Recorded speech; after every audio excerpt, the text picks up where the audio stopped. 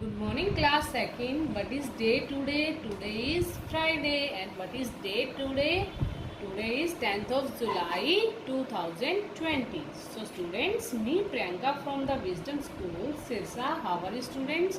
I hope you all are fine. Students, देखिए जो हमारी हिंदी व्याकरण की बुक में पाठ नंबर 3 मात्राएं, ये हमारा लेसन चल रहा है। हमने इसे यहाँ तक रीड किया था और आज हम नेक्स्ट शब्द से स्टार्ट करेंगे। तो आइए स्टूडेंट्स अपनी बुक को खोलिए और ध्यान से हम इसे पढ़ते हैं कि आगे क्या दिया हुआ है। देखिए, शब्द वर्णों की मदद से शब्द बनते हैं। वर्णों की मदद से शब्द बनते हैं। शब्द बनाते हुए हमें विशेष ध्यान रखना चाहिए कि शब्द वही होते हैं जिनका कोई मतलब होता है। ओके स्टूडेंट, जैसे किताब। अब देखिए, की प्लस ता प्लस ब, किताब। अब लेकिन हम इसे किबता लिखेंगे तो इसका कोई अर्थ नहीं होगा। बिल्कुल स्टूडेंट्स, ये उल्टा पुल्टा लिखा हुआ है, किबता लिखा हुआ। किबता का तो कोई भी अर्थ नहीं होता। अब किताब, किताब का तो मतलब होता है। अब हमें पता है कि किताब कौन सी होती है, तो इसलिए इसका अगर हम इस तरह से लिखेंगे कि किबता लिखेंगे तो इसका कोई अर्थ नहीं होगा। अब आप समझ ही गए होंगे कि शब्द को लिखते समय हमें वर्णों का सही जगह इस्तेमाल करना चाहिए, तभी वह सही शब्द माना जाएगा। अब देखिए, वर्णों के सार्थक मेल से शब्द बनते हैं। अब देखिए, शब्द किसे कहते हैं? जैसे वर्णों के सार्थक मेल मीन्स जिसका कोई मतलब हो, उसके मेल से ही शब्द बनते हैं।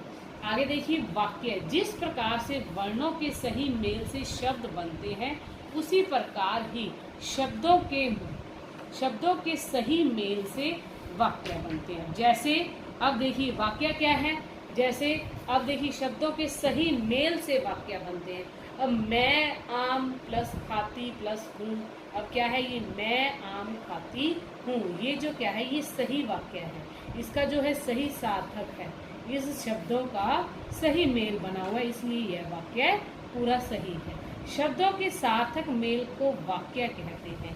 लेकिन इस वाक्य को अगर ऐसे लिखेंगे कि मैं हूँ खाती आम, क्या ये सही है? गलत है स्टूडेंट्स। हम इसे ऐसे नहीं लिखेंगे। जो वाक्य होता है, शब्दों के सार्थक मेल से जो वाक्य बनता है, जैसे ये देखिए, मैं आम खाती हूँ। ये जो है शब्दों का जो सार्थक मेल है, मतलब इसे सही लिखा हुआ है।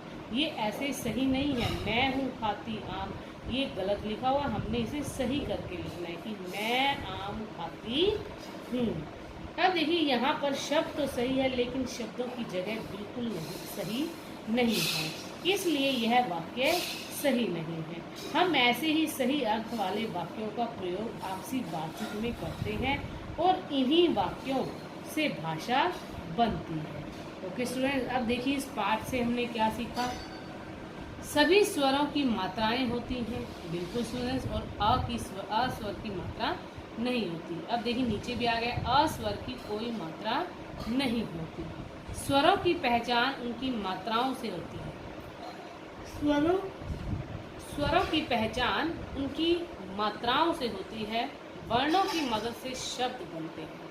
वर्णों की मदद से शब्द बनते हैं। वर्ण कौन से होते हैं? जो स्टूडेंट्स स्वर और व्यंजन, वो दोनों क्या होते हैं? वर्ण होते हैं। शब्दों के सही मेल से वाक्य बनते हैं। सही वाक्यों से भाषा बनती है। ओके स्टूडेंट्स, जो ये हमारा लेसन नंबर 3 है, यहाँ हमारा कंप्लीट होता है।